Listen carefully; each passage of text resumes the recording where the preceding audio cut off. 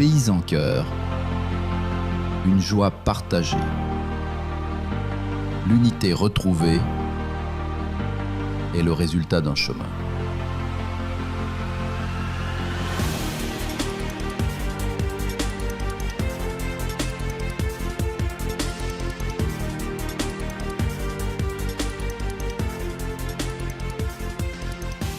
La Côte d'Ivoire revient de loin. Pour le mesurer, remontons le fil. 2011.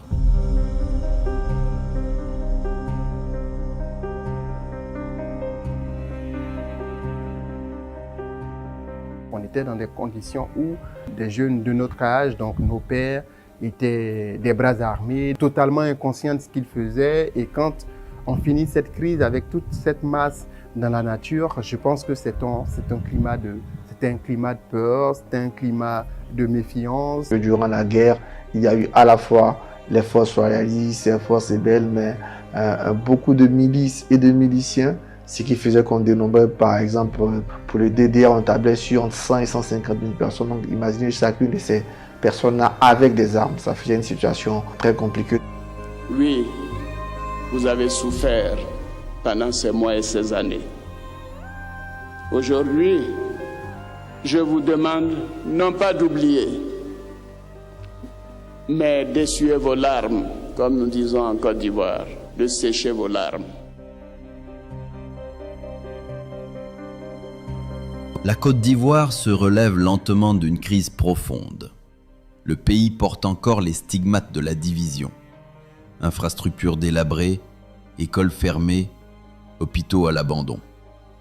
Les services publics sont à genoux, l'économie exsangue, et les espoirs d'une nation autrefois prospère semblent s'être éteints. Mais au milieu des ruines, une volonté renaît, celle de reconstruire, de réconcilier, de transformer. Sous l'impulsion du président Alassane Ouattara, la Côte d'Ivoire choisit la voie du renouveau, un pays qui se relève pas à pas, ensemble. C'est dans ce contexte qu'une nouvelle page s'ouvre, celle d'une Côte d'Ivoire qui décide de se reconstruire pas à pas, avec courage et espoir.